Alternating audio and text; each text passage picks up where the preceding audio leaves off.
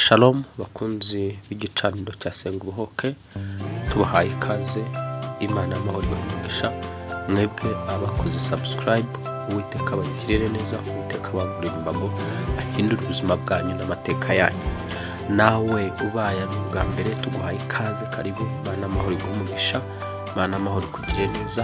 Nawe ntuze kugenda udakoze subscribe, birakubera umugisha, kuko subscribe ni kwiyabonesha kuri iki gicaniro cya Senga Ubuhoke. Ikindi kandi bituma cano iguma muri telefone yawe, ntukazajye uruha ujya kudushakisha kandi wakagombye kuba uyifite muri telefone yawe. Imana y'amahoro iguhe umugisha kandi Imana y'amahoro ikugirire neza. Tuguhaye ikaze rero, nawe aho waba uri hose, waba uturuka hose, Uwiteka aguhe umugisha. Karibu mu gihe cy'ijambo ry'Imana. Tuje mu ijambo ry'Imana kuganira ndetse no gusenga isengesho rigufi. Ni icyigisho tugiye kwigaho. Nyuma yo kucigaho kuri iki cyigisho, turafata umwanya wo gusenga mutoya cyane. Aya masaha rero reka duhamagare Umwuka Wera kuri wowe no kuri njyewe, kugira ngo Umwuka Wera akumvishe, kuko biravuga ngo kumva bazumva ariko ntibazamenya. Hari igihe umuntu aba afite kumva ariko ntamenye icyo ari kumva. Ndagusengera mu izina rya Yesu Kristo, imbaraga zose zatuma uwumva ariko ntumenye zirekure wowe w'imbere mu izina rya Yesu Kristo. Zirekure igice cyo kumenya kwa jina la Yesu. Umwuka wo kumenya winjire mu buzima bwawe mu izina rya Yesu Kristo. Umwuka ukumenyesha iby'Imana, umwuka ukumenyesha ibyo tuvuga kwa jina la Yesu. Umwuka Wera nakuza mu izina rya Yesu, akumenyesha ibyo tuvuga kandi ubisobanukirwe mu izina rya Yesu Kristo, umwana w'Imana nzima. Mwuka Wera nawe ngwino katika jina la Yesu. Witize ururimi, witize ijwi, witize ngewe, kugira ngo uvugane na buri wese uje hano kuri Senga Ubuhoke. Agubwe neza uyu munsi, ahure n'umwuka wawe n'imbaraga zawe n'ubuhanga n'ubwenge bitangwa n'Umwuka Wera. Urakoze Mwami, tuguhaye amashimwe, tuguhaye icyubahiro mu izina ry'Umwami gapfa kazuka. Amen. Tuje hano rero kugira ngo tuganire. Duheruka kuvuga ko umuntu agomba kwinjira mu isi y'umwuka, kurwanira gakondo ye, kurwanira umugisha we. Imana nta munsi n'umwe irema umuntu ngo imuremere kubabara, imuremere gupfana umuruho, gupfana umwaku, imikoshi.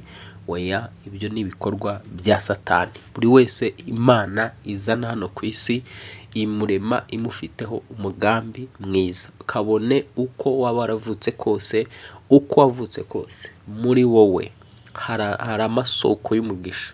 Ahubwo iyo umaze kugera ku isi, Satani aciye mu bakozi be, aciye mu bantu be, aribo twita abarozi, ashobora gufunga umugisha wawe, agafunga za suruse zose, ya masoko yose y'umugisha ku buzima bwawe, akayafunga ariko yifashishije ibyaha kwanza, kugira ngo Satani yinjize umuvumo mu ngobyi ya Edeni. Imana mu kurema Adamu na Eva yari yabashyize muri Eden. Muri iyo Eden bari bafite buri kimwe cyose, nta na kimwe bari kuburana, na kimwe bari gukena. Ikindi bari kuzarama bakamara imyaka myinshi ihagije. Ariko Satani kugira ngo akereye uburyo bwo kugira ngo abakureho umugisha, abinjize mu kaga k'imiruho, k'imihangayiko, yabakoresheje ibyaha. Yinjije icyaha n'umuryango winjiza imiruho, winjiza imihangayiko, winjiza ibintu by'ubwoko bwose. Wirinze icyaha, ubundi ukubaha Imana, ukumvira Imana, ukaba mu buzima bushaka mu maso h'Imana, bushaka ubwenge bw'Imana, atari bwa bwenge bwo mu isi, kuko ubwenge bwo mu isi Imana yabugize ubupfu. Niko ijambo rivuga. Ubwenge bwo mu isi Imana yabugize ubupfu, kuko hategetswe ko abantu batagomba kumenya Imana biciye mu bwenge bw'abantu.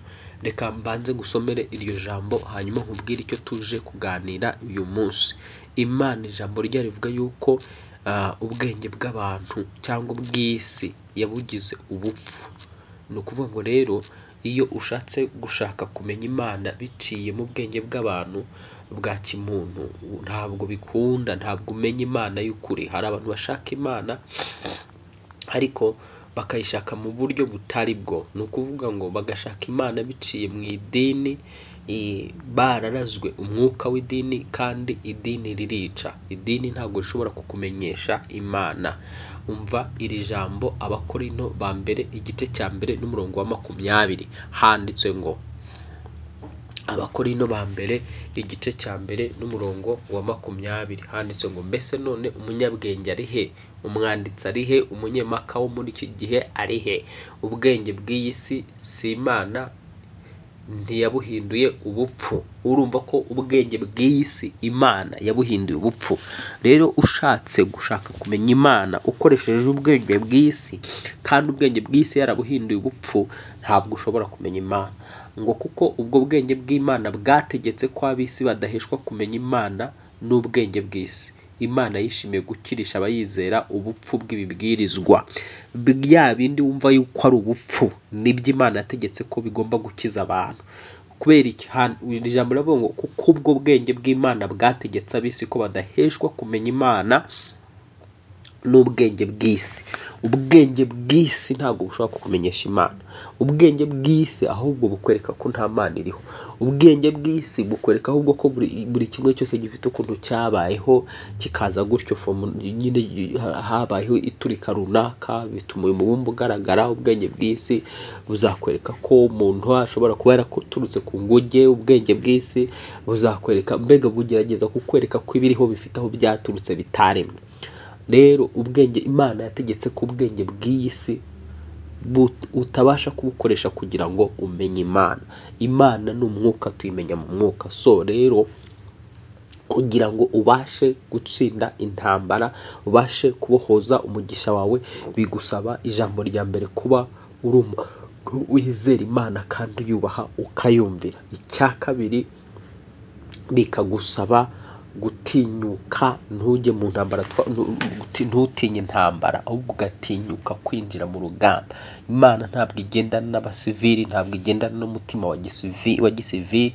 Nayo nkubwira ngo iby'Imana igucishamo byose igutyaza, kugira ngo iguhindure igikoresho cyayo yifashisha kugira ngo isohoze umugambi wayo ku isi. Imana igutyaza ikoresheje ibigeragezo, ibintu bitandukanye, ibyo ucamo, igambiriye kugira ngo umutima wawe iwumenyereze urugamba, iwumenyereze intambara zikwinjiza mu bisubizo, zikwinjiza ku cy'Imana yagambiriye kugeraho. Ku muntu wese rero utinya urugamba, agatinya intambara, ntibyamukundira. Ndavuga intambara y'umwuka, simvuga iy'umubiri, kuko ijambo rivuga yuko nubwo tugenda twambaye umubiri w'umuntu, ntiturwana mu buryo bw'abantu. N'intwaro zacu atari iz'abantu, imbere y'Imana zigira ububasha bwo gusenya ibihome no kubikubita hasi. Dufata mpiri ibitekerezo byose birwanya kumenya Imana, tukabigomorera Kristo. Nuvuga rero intambara yacu ni iyo mu mwuka. Ntabwo iyo wayivanye mu mwuka ukayizana mu mubiri uraferinga, uratsindwa. Intambara z'umwuka zirwanwa mu mwuka. Iyo tuvuga ngo intambara y'umwuka tuyirwana mu mwuka. Mu mwuka urwana nande? Mwuka urwana na Satani. Ariko uwo Satani menya ngo kugira ngo akore bimusaba guca mu murozi, bimusaba guca mu muntu ushobora kukwanga, ushobora kukugirira ishyari, ushobora kukuryarya, ariko afite imigambi yindi afite mu mutima we. Nshuti mukundwa muri Kristo Yesu, wowe ushaka umugisha w'Imana, wowe ushaka kugera kuri destination yawe, biragusaba kugira ngo witondere icyitwa umwana w'umuntu n'akarimi k'umwana w'umuntu. Akarimi k'umwana w'umuntu ugomba kukitondera. Menya umuntu, hitamo uwo ugendana nawe, uwo ubana nawe, uwo uvugana nawe, kuko Satani ni mu muntu. Benshi bazi yuko umurozi ashobora kuba ari umuntu w'umusaza, umuntu usa nabi, umuntu w'umukecuru, umuntu iki, ariko sibyo. Umurozi yaba umuntu uri muri ofisi, muri biro, ugendera mu modoka nziza, umuyobozi ukomeye w'idini rikomeye, yaba umuntu uciriritse, yaba woroheje, yaba ari umuntu ufite PhD cyangwa se doctora. Umurozi ni mu mwuka. Uburozi buba mu mwuka, ntabwo uburozi buba mu mubiri. So rero iyo utarasobanukirwa uburozi cyaricyo ko ari mu mwuka, abarozi barakunesha, baragutsinda. Kandi iyo ubatinya ukaba udabafiteho n'ubumenyi, nta bumenyi ufite ku mikorere y'abarozi, nta bumenyi ufite ku mikorere ya Satani, ntabwo izi ntambara z'umwuka ushobora kuzitsinda. Mbere y'uko rero winjira mu ntambara z'umwuka, uba ukeneye icyitwa ubumenyi, ubwenge bwo gushoza intambara. Umva ukuntu iri jambo rivuga. Ijambo rivuga ngo intambara yose itsindwa n'ubwenge. Bisaba kugira ngo ube ufite ubwenge bw'Imana. Nta bwenge bw'Imana ufite, nta bwenge bw'Imana ufite, ntibishoboka ko wowe watsinda intambara y'umwuka, cyane cyane igihe ushatse kugira gute, ushatse kwinjira mu ntambara yo kubohoza umugisha. Ubundi ijambo intambara riboneka muri Bibiliya yose inshuro 120. Ijambo intambara riboneka muri Bibiliya inshuro 120. Noneho rero iri jambo rivuga, ijambo ryitwa intambara rivugwa inshuro 120, ni ukuvuga ngo mu isi, iyi si kuva yaremwa kugeza igihe izasozwa n'intambara. Isi kuva yaremwa ndetse no mu itangiriro ryayo, itangiriro ry'iremwa ry'umuntu, umuntu atangirira mu ntambara. Gute rero? Bakubwira yuko abahanga, umugabo iyo arekuye intanga, arekura intanga, noneho sasa ziba zirenga zirenga miliyari. Noneho sasa zikagenda zisiganwa kugeza igihe havuyemo intanga imwe, ariyo wowe wavuyemo. Umuntu mu irema rye atangirira mu rugamba, akazasoreza mu rugamba. Iyi si izasozwa n'urugamba. Ntugatinye urugamba wowe wuje hano kuri Senga Ubohoke.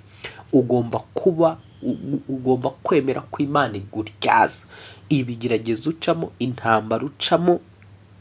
Imana ni ikemera kuzirwana, nuko ibirimo iragutyaza. Kuki utibaza uti ko nsenga Imana kwizi ntambara zitavaho, ko niriza kwizi ntambara zitavaho, ko nkora ibi n'ibi kwizi ntambara zitavaho? Igisubizo rero nuko wowe utaramenya uburyo bwo kuzirwana. Imana ishaka kuzirwana, Imana ishaka kurwana izo ntambara ukazitsinda biciye muri wowe. Yiteguye gusuka imbaraga, yiteguye gusuka ubushobozi bwo kujya mu rugamba ikakuneshereza. Ntabwo rero ugomba icyo utafite ni ubumenyi ku mwuka ukurwanya. Icyo uba udasobanukiwe ni intambara urwana nazo, aho zikomoka naho zituruka. Ariko umva nkusobanurire, nta kibazo cyaza ku buzima bwawe kidafite umwuka ugiherekeje. Buri kibazo cyose kiba gifite umwuka ugitera. Ikibazo cyose umuntu ahura nacyo kiba gifite umwuka ugitera, kandi uwo mwuka utera icyo kibazo ntabwo upfa kuza ku buzima bwawe nta wawutumye. Ako kantu niba ugasobanukiwe, Imana ikugirire neza. Ni ukuvuga ngo rero sasa, mu gihe winjiye mu ntambara z'umwuka, mu gihe urimo urahatana ushaka kwikura mu bibazo, banza umenye ngo iki kibazo mfite, ibi bihe ndi gucamo, biraterwa n'iki? Ese harimo uruhare rwanjye? Nusanga hari uruhare rwawe muri ibyo bihe uri gucamo, iyo tuvuga uruhare, wabigizemo uruhare. Iyo usanze nta ruhare wabigizemo, nta kindi, ubwo uhita ushakisha aho bituruka, ko uzi ko nta ruhare wabigizemo.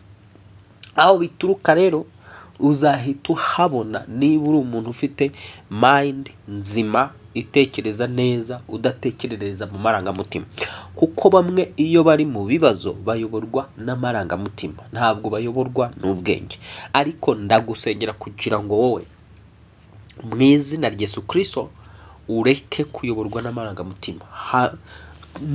Hari igihe n'igice cy'ubwenge gishobora kukuyobya, kuko ijambo ryavuze yuko Imana yategetse yuko Imana tutayimenyeshwa n'ubwenge bwo mu isi.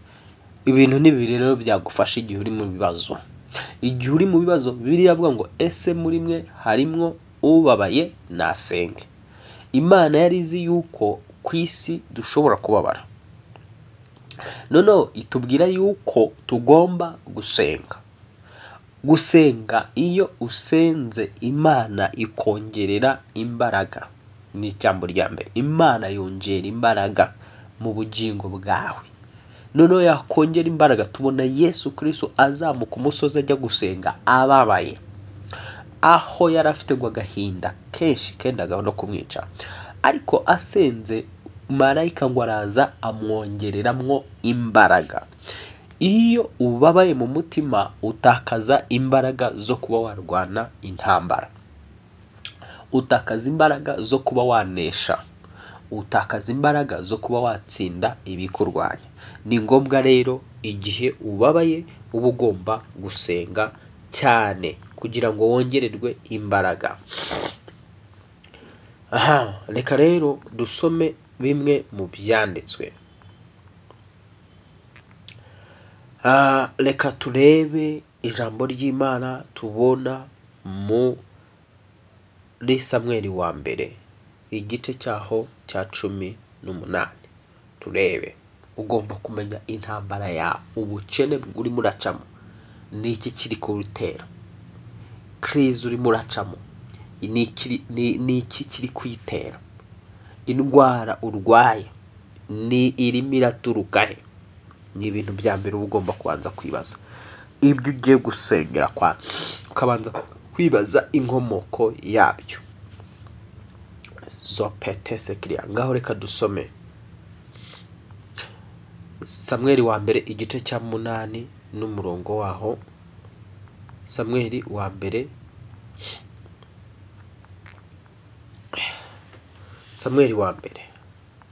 igice cya 17. Samweli wa mbere igice cya 17.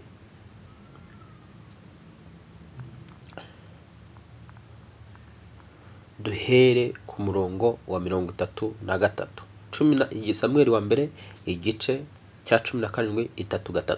Ngo Sawuli asubiza Dawidi ati, ntiwashobora gutera uwo Mufilisitiya ngo umurwanye, kuko ukiri umusore w'umugenda, kandi we ni umugabo wamenyereye kurwana uhereye mu busore bwe. Sawuli asubiza Dawidi ati, ntiwashobora gutera uwo Mufilisitiya ngo umurwanye, kuko ukiri umusore w'umugenda, kandi we ni umugabo wamenyereye kurwana uhereye mu busore bwe. Umva nshuti mukundwa muri Kristo Yesu, hano turabona umusore w'umugenda wari wiyemeje kurwanya Umufilisitiya. Umufilisitiya we yaramenyereye urugamba guhereye mu busore bwiwe bwose kugeza mu rwego yararimo. Icya kabiri, nta hantu yarahuriye na Dawidi, yaba ari mu myaka, yaba ari mu ngano, yaba ari muri experience y'urugamba. Ariko Dawidi yari yizeye Imana. Intambara ya Goliyati na Dawidi yari ishingiye mu isi y'umwuka, kuko rero Dawidi yari yaramenyereye, amaze ayubaha Imana, yumvira Imana, agendana n'Imana. Amaze kumenyera intambara, umva amagambo yasubije umwami. Dawidi asubiza Sawuli ati, umugaragu wawe naragiraga intama za data, iyo zaterwaga n'intare cyangwa idubu zigakura umwana w'intama mu mukumbi, narahubukaga nkayikubita, nkayiyambura mu kanwa kayo, yamvumbukana nkayicakira akananwa, nkayitanyagura, nkayica. Nuko ubwo umugaragu wawe yishe intare n'idubu, uwo Mufilisitiya utakebwe azapfa nk'imwe muri zo, kuko yasuzuguye ingabo z'Imana ihoraho. Icya mbere cyafashije umuntu witwa Dawidi nuko yabanje kumenya ngo uyu Mufilisitiya ninde, uno Mufilisitiya ninde. Amaze kumenya Umufilisitiya uwo ari we, amenya ko atakebwe. Amenye ko atakebwe bimutiza imbaraga. Bimutije imbaraga aramubwira ati uyu Mufilisitiya azapfa nk'imwe mu madubu nishe, nk'imwe mu ntare nishe. Ni gute utinya abarozi batakebwe? Ni gute utinya abasataniste batakebwe? Ni gute utinya umunyabyaha akaguhindisha umushyitsi? Gute utinya umunyabyaha akaguhindisha umushyitsi? Uriyizi? Uzuriwe cyangwa nturamenya uwo uriwe? Ugomba kumenya uwo uriwe muri Kristo Yesu. Ugomba kumenya uwo uriwe mu Mwami. Uri umwana w'Imana. Utinye abakozi ba Satani nkande, utinye intambara nkande. Banza umenye ngo iyi ndwara ituruka he, ikomoka he. Winjire mu mwuka uyirwanye, irasohoka mu mubiri wawe mu izina rya Yesu Kristo. Ikibazo dufite, abantu ntago babasha kwitandukanya n'imibiri ngo amenye ngo umubiri si nge, umubiri si wowe, ntabwo ayo maso ari wowe, ntabwo umutima ari wowe, ntabwo akanwa ari wowe, ahubwo ibyo ni bimwe ufite bikugize. So ni gute ukuguru wakumva ko ari wowe? Ni gute ubwonko wakumva ko ari wowe? Wowe uri umwuka. Umubiri ni inzu yawe, ni ubuturo bwawe. Ibyinjiye rero byinjiriye inzu yawe yitwa umubiri. Ukeneye guhangana nabyo ukabisohora. Niba ari ibitinjiriye umubiri wawe ugasanga ni ibigose imibereho yawe biri kurwanya uburyo bwo kubaho kwawe, menya ngo izi ni imbaraga, ni umwuka runaka uhagurukiye kumbuza kwinjira muri destination yanjye. Uyu mwuka rero ni wowe ugomba kwinjira mu isi y'umwuka ugahangana nawe. Injira mu isi y'umwuka urwanye ibikurwanya. Imana idusezeranya yuko izatujya imbere ikirukana amahanga yose aturi imbere. Iyo ijambo ry'Imana rivuga ngo nzabajya imbere menesha amahanga abari imbere, ni ukuvuga ngo ni abadayimoni, ni abarozi, ni abana b'umwijima. Data wa twese yiteguye kumenesha abanzi bawe bose bakagwa munsi y'ibirenge byawe. Reka rero dukomeze dusome. Uyu Dawidi asobanuriye iki? Asobanuriye, Dawidi yari yarimenye uwo ari we kugira ngo aneshe Goliyati. Icyamufashije nuko yabanje kwimenya, njyewe ndinde. Icya kabiri, amenya uwo agiye kurwana nawe. Aribaza ngo uwo ngiye guhangana nawe we ninde? Mu maso yiwe abona ko uwo agiye guhangana nawe atigeze akebwa. Icya kabiri, nta mana afite. Shuti mukundwa muri Kristo Yesu, ntabwo warwanya umuntu wakebwe ufite Imana ngo umuneshe. Ntibibaho. Uwakebwe akaba afite Imana mu bugingo bwe ntabwo ajya atsindwa mu mwuka. Kubera iki? Hari isezerano rimuriho rivuga ngo nzatanga ingabo nyinshi zipfe ku bwongo. Data wa twese ajya atanga ingabo nyinshi zigapfa ku bwawe, zigapfa ku bwanjye. Injira mu ntambara, bohoza umugisha wawe. Injira mu ntambara, bohoza icyo waremewe, bohoza icyakuzanye mu isi.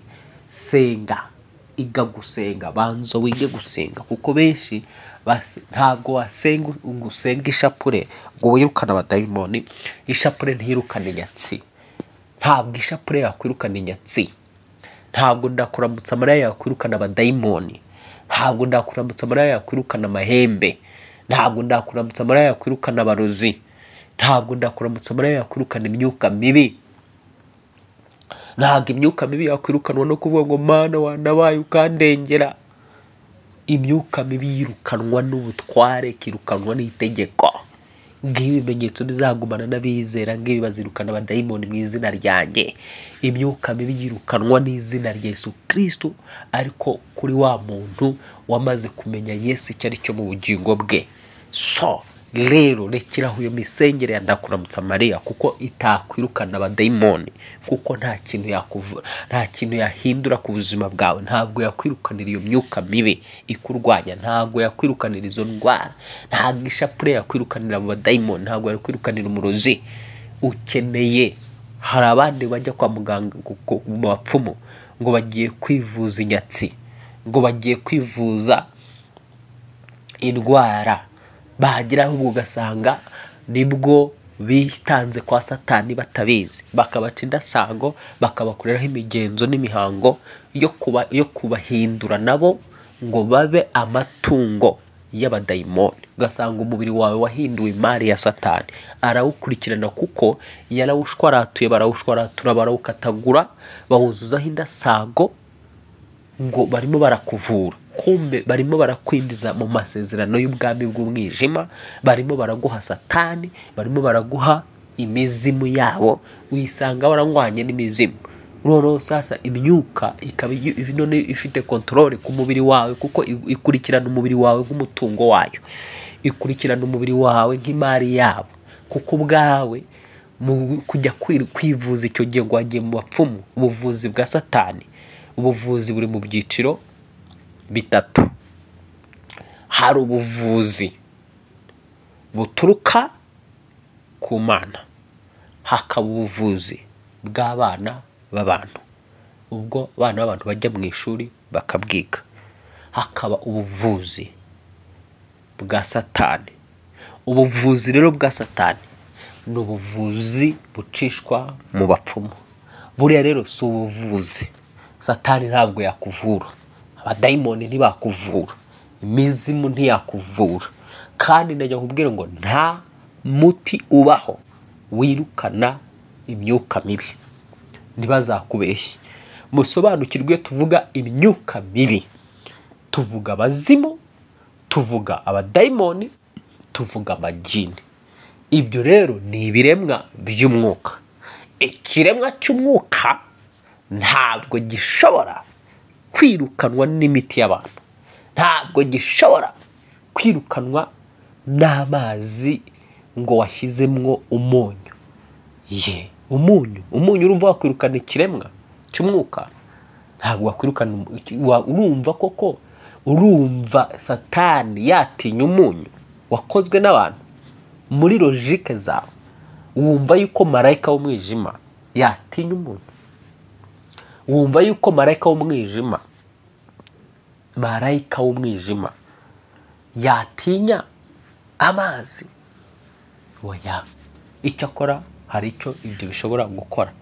Amazi n'umunyu byasengewe neza byakuraho, byahumanura ahantu runaka hahumanyijwe n'abantu, ariko ntabwo byakuraho icyitwa byakwirukana dayimoni, byakwirukana ikiremwa cy'umwuka, umuzimu cyangwa igini. Igini, umuzimu, dayimoni byirukanwa n'izina rya Yesu Kristo, byirukanwa n'imbaraga z'umwuka wera. Umwuka mubi wirukanwa n'umwuka mwiza, umwuka mubi wirukanwa n'umwuka wera. Reka ariko mbisobanura neza. Hari abantu rero baba bafite ibibazo by'uburwayi bw'imyuka mibi, ngo bagiye mu bapfumu kwivuza. Umupfumu nawe ari umworozi w'imyuka mibi. Aho ugiye kwivuza niho abarozi bacisha imyuka mibi. Noneho ngo uwakuroze yagiye gucisha amarozi ku mupfumu, noneho nawe ugiye kwivuza kuwamuhaye amarozi. None se ubwo urumva wowe uzabohoka? Urumva se uzakira? Ahubwo icyo umupfumu gukora rero, akongeramo iyindi myuka. Iyo wagize ibyago ugahura n'umupfumu ukuzi, kuko umupfumu afite ubwenge bwinshi, waza kureba mu isi y'umwuka akurondora, amenye ngo uyu muntu ni imari ishyushye. Aba afite abantu batandukanye. Hari ababa baraje mu bapfumu, bakajya mu bapfumu babizi, bazi icyo bagiyemo. Akaba azi ngo, akaba umuntu akajya ku mupfumu azi ko agiye kwa Satani. Noneho rero sasa urajya ku mupfumu ngo ugiye kugira ngo akuvure. Akuvure wibwira ko ari umuvuzi. Umupfumu ni umujya ujya umenya ngo ngiye kuri representa wa Satani, ngiye ku mutambyi w'ikuzimu. Noneho umutambyi w'ikuzimu rero nugenda wamuyobeyeho, ukibwira ko ugiye kumuvuza kandi ugiye ku mutambyi w'ikuzimu, icyo agukorera iyo abonye yuko n'ubundi mu isi y'umwuka wowe utazaguma mu isi yabo, utazaguma muri kote yabo, icyo agukorera ahubwo ahita avuga okay sawa, reka mwibe n'inyenyeri yari afite, reka mutware n'ibi. Yaguca indasago mu ruhanga akabagiza icyo agutwara, yaguca indasago mu gatuza akabagiza icyo agutwara. Kandi urwo rurasago igihe cyose abadayimoni bazajya bakontorora umutima wawe, bakontorora amarangamutima yawe na emotions n'imyumvire yawe n'ubushake bwawe. Uzisanga uba mu buzima butikontorora, butabasha kwiyobora. Usanga buri muntu wese twakubwira ati cishwa hanyura hacishwa. Uzisanga babandi bamwe mu bahanuzi bavangiwe bose bagucanganyikisha, abantu bakuvuruga utabasha kugira amahitamo yawe bwite. Uzisanga bakubwira, buri muntu wese akubwira ngo nyura ukamukurikira. Indwara zizaza noneho sasa zize zimeze nk'imvura y'itumba. Usange umubiri wawe ahubwo abadayimoni bagiye kudomina, imyuka mibi udomine. Bitewe n'iki? Witanze ubwawe ugiye kwitanga. Nujya ku mupfumu umenya ngo ngiye gutanga umubiri wanjye kwa Satani. Niba hari amaraso utanze bakaguca indasago, umenya ngo utanze amaraso yawe kwa Satani. Niba hari ubutunzi bwawe utanze ugatanga amafaranga kwa Satani, menya ngo nta amafaranga uhaye umupfumu, umenye ngo utanze icyuya cyawe n'ubutunzi bwawe kwa Satani. Uzabihagarika, Satani azagukurikirana avuga ati nje gukurikirana ukuboko kwawe, ndaka amafaranga, kuko nyine twinjiranye mu isezerano ryo kuzajya umpa amafaranga untura. Noneho sasa muri uko kumutura, kuko azitura ubishaka utabishaka, azajya akereye indwara runaka, ateza ibibazo runaka bizajya bituma amafaranga kuvaho. Kubera iki? Ubwawe waramwituye, wituye ubuzima bwawe urabutanga igihe bagucaga indasago. Kabiri n'imigenzo itandukanye, ndetse witura Satani biciye mu maturo ubwawe wamwihereye ubwawe. So rero ntabwo imyuka mibi yirukanwa n'indi myuka mibi. Icyo ni iki kibaho iyo ugiye ku mupfumu wenda kwa kundi uvuga uti nabonye agahenge. Ahamagara umudayimoni, umuzimu. Biterwa n'ubwoko bw'amashitani akorana nayo. Hari abakorana n'imizimu, hari abakorana n'amagini. So noneho sasa hari igihe areba akavuga ati okay, agahamagara bimwe mu biremwa by'umwuka akorana nabyo. Ashobora kuba umuzimu ufite imbaraga, akawuhamagara akagenda winjire muri we. Umuzimu winjiye muri wowe witwa kukuvuye, undi kuko iriya miti mubona mu bapfumu ntago aba ari imiti. Mu buryo bw'amaso yawe uzayibona nk'imiti, ariko mu mwuka ntago iba ari imiti, iba ari imyuka mibi. Noneho sasa iyo myuka uwo mwuka mubi uragenda ukawunywa mu mazi, kuko kugira ngo umwuka winjire mu buzima bwawe nuko ukoresha ibyawo. Nukoresha bimwe bivuye mu bapfumu, nuvuga ngo uhereye igihe ubikoresheje, nuvuga ngo uhaye uburenganzira ya myuka y'abadayimoni kuba mu mubiri wawe, kuba mu buzima bwawe. Uhereye igihe ikirenge cyawe cyakandagiyeyo, ujye umenya ngo nahafatiwe. Urahaguma mu buryo bw'umwuka, niyo utasubirayo, ariko mu igihe wahakandagiriye mu isi y'umwuka uhita uhafatirwa, mu mwuka uhita ufatwa. Ni nk'aho mu mwuka bakavuga bati urakaza neza mboga zizanye twari twakuze, bakagufata uhereye icyo gihe. Yego ushobora gukizwa ukakira agakiza, ariko hari igihe usanga agakiza kagufashije bitewe n'abakwigishije abari bo, n'itorero wabayemo iryo ryo, n'abashumba bawe n'inyigisho baguhaye. Ugasanga n'agakiza kagukirije ibyaha ariko katigeze kagukiza amakuba. Ugasanga n'agakiza kagukirije ibyaha ariko katagukirije imyuka mibi ngo kuveho. Ugasanga n'agakiza kagukirije iki? Kagukirije ibyaha, kakumenyesha gusenga, kakumenyesha umenya Yesu, ariko ntikigeze gakuraho ibibazo byawe by'abadayimoni n'imyuka mibi ari kuniga. Kubera iki katabikuyeho? Impamvu katabikuyeho ni ubumenyi bukeya. Ntiwigeze usobanukirwa ingaruka z'ibyo waciyemo uko ugomba guhangana nazo nuko ugomba kubyikuraho. Mu isi y'umwuka rero ukeneye kujya mu mwuka ugasubiraho ukajya kubohoza umubiri wawe ukaderivurwa ugaca muri deliverance. Imbaraga z'Imana zikagutandukanya n'amateka y'ahahise. Imbaraga z'Imana zikakubohora. Bakozi b'Imana tukakubohora mu izina rya Yesu Kristo. So rero nongere nsubiremo, kuri ushaka intsinzi witinya intambara y'umwuka. Ibaze Dawidi iyo atinya Goliyati, ntabwo yagombaga kuba uwo ari we. Dawidi yabaye uwo agomba kuba we kuko yahangamuye Goliyati. Kugira ngo ugere kuri level runaka hari kuri imbere ugomba guhangamura kikakuvaho mu izina rya Yesu Kristo. None sasa Goliyati tubonye yuko ikintu Dawidi yabanje kumumenyaho, yabanje kumenya ko atakebwe. None amaze kumenya ko atakebwe, we nawe ubwo arimenya yibuka ko afite Imana.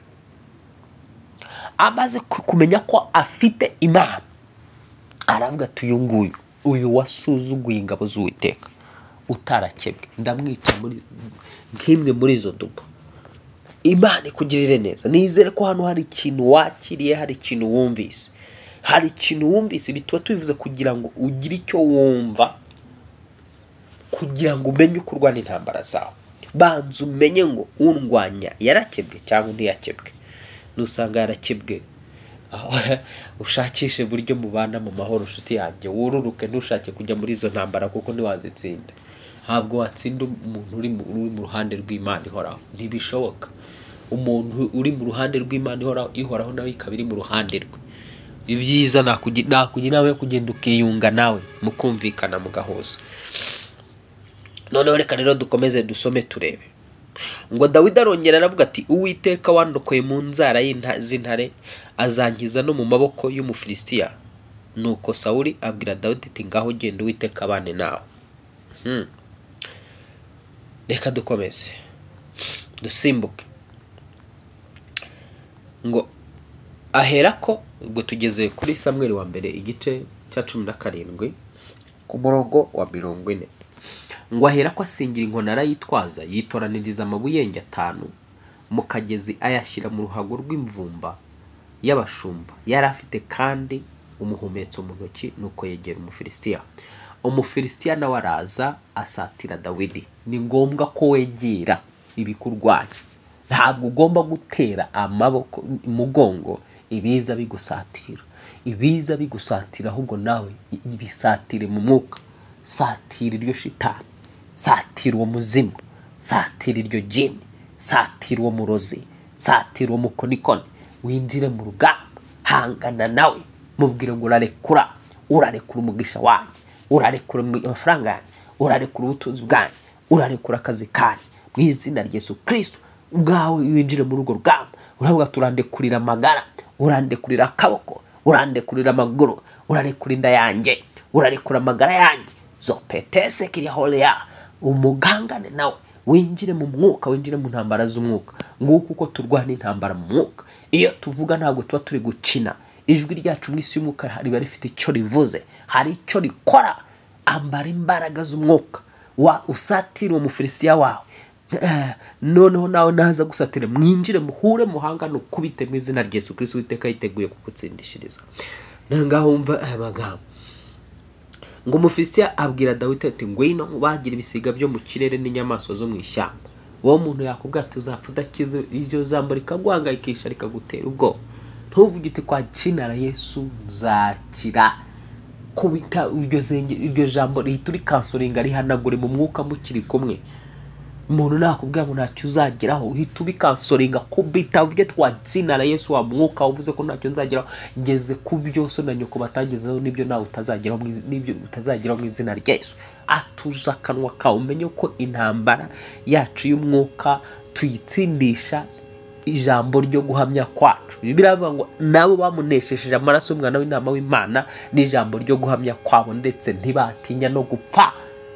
Iyo kugira ngo neshe nuko udatinya intambara, nuko udatinya urugamba, nuko udatinya umuntu wari we wese. ahubwo gatinya Imana yaremye ijuru n'isi gusa. Wowe uracyahahamuka. Ijambo rivuga yuko abanyabwoba n'abatizera umugabane wabo ari inyanja y'akumiro n'amazuku. Urashidikanya, wizera uyu munsi ejo ukabivamo. Urumva wowe wabona umugisha w'Imana? Iyo usengewe kano kanya ntugire icyo ubona, uhita ucika intege, ukumva ko mu gusenga nta kintu cyaturuka. Ubwo urumva wowe wabona umugisha w'Imana? Ubwo urumva wabona intsinzi? Ukurwanya we ntacogora, uramwirukana ejo akagaruka, wamwirukana ejo akagaruka, kuko uwo ngo nyine ukurwanya afite umugisha wawe, yarawibye, ntashaka kuwurekura. Kuba adashaka kuwurekura rero, nawe niyo mpamvu ugomba kugira umutima wo kuvuga ngo urabiyanga bikunda. Imana yabwiye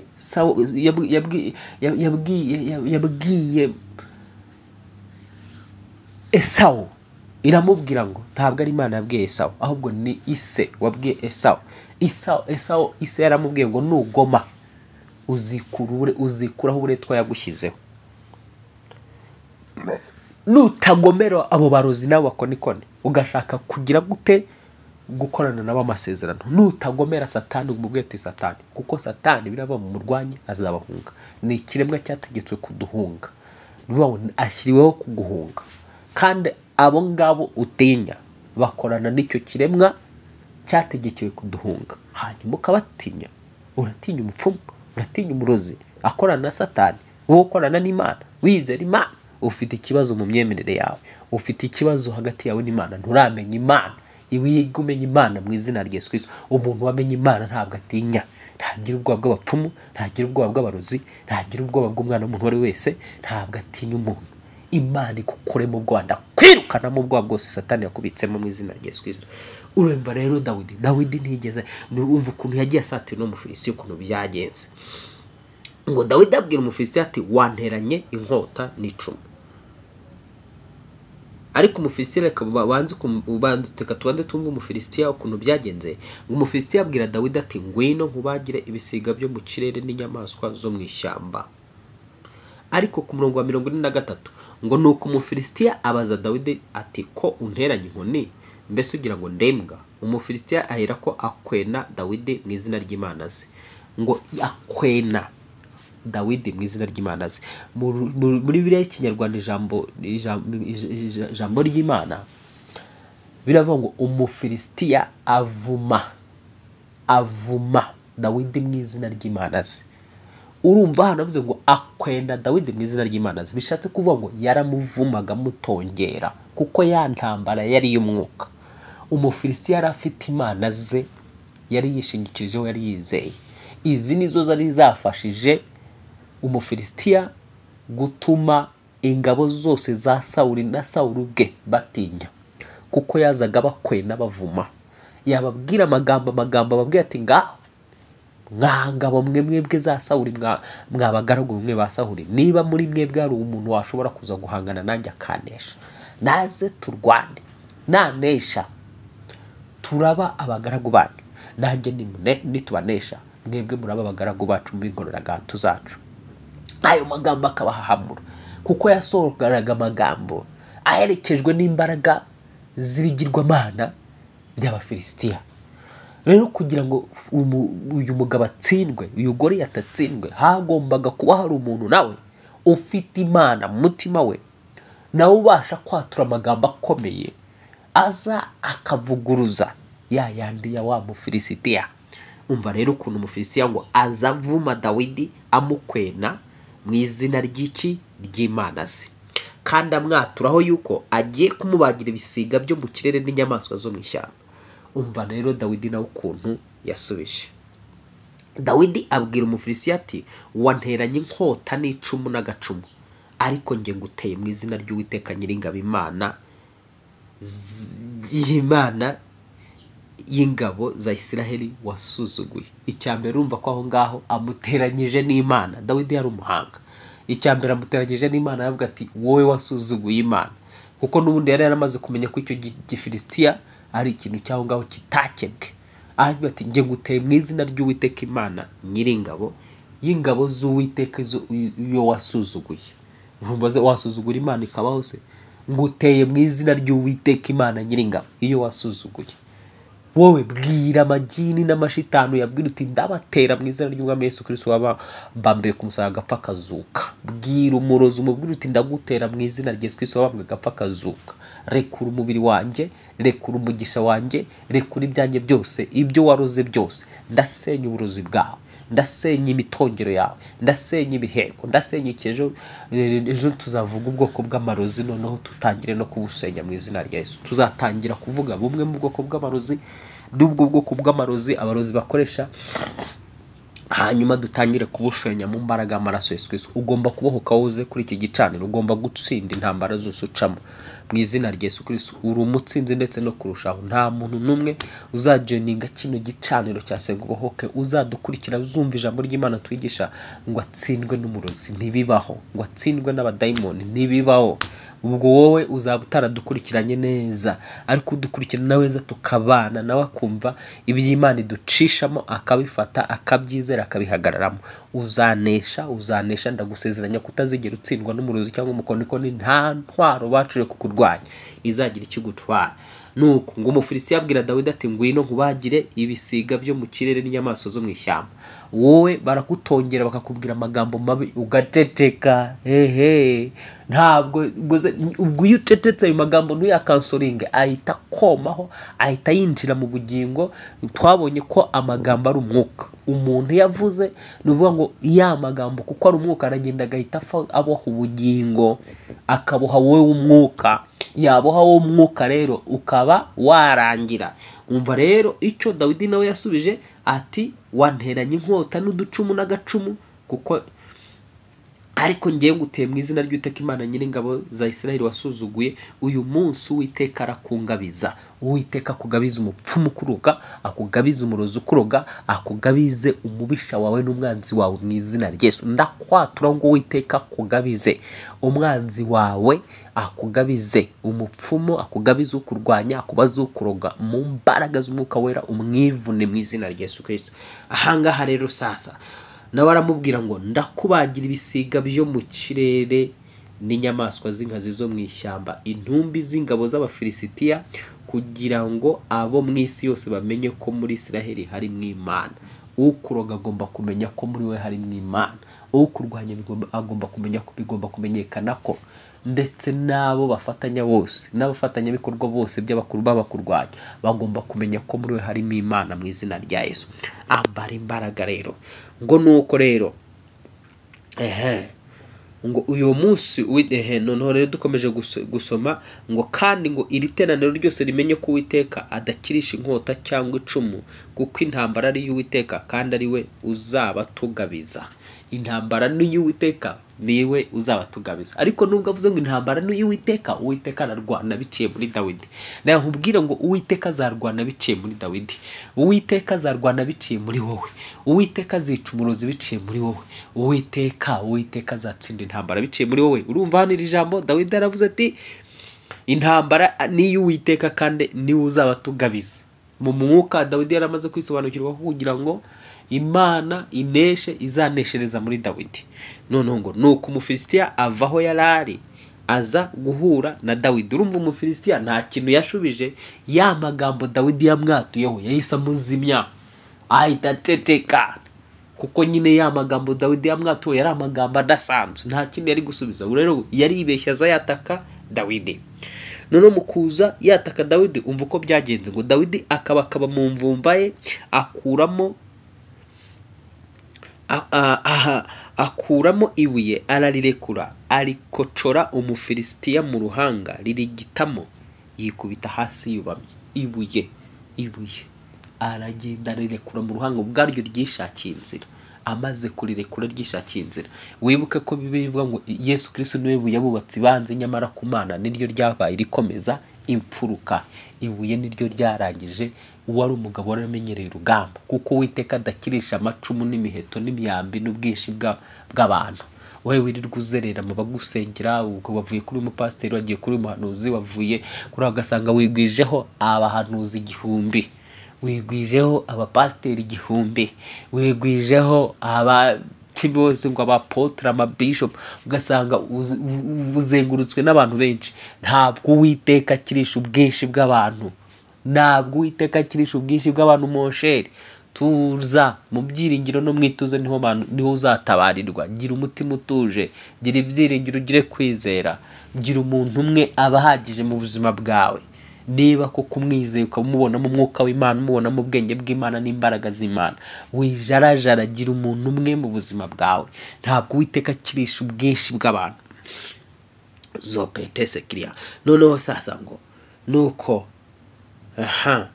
Dawidi akaba mu mvumba yakuramo ibuye ararirekura, arikoca Umufilisitiya rihunga mu ruhanga, ririgitamo yikubita hasi yubamye. Izina rya Yesu Kristo rirakaze. Yesu Kristo niwe buye dukubitisha abarozi, dukubitisha abapfumu, dukubitisha abakonikoni, dukubitisha Abafilisitiya. Ni ijambo ry'Imana. Dukubitisha imyuka mibi, dukubitisha abadayimoni, dusenyesha imyuka yose y'ubwoko bwose. Ijambo ry'Imana ni inkota isumba ubundi bwo, ifite ubugi busumba bw'izindi nkota zose. Ni ijambo ry'Imana dukoresha muri izi ntambara z'umwuka. Jya mu rugamba, injira, satira Umufilisitiya wawe, Imana iramukugabiza, Imana iramuca igihanga.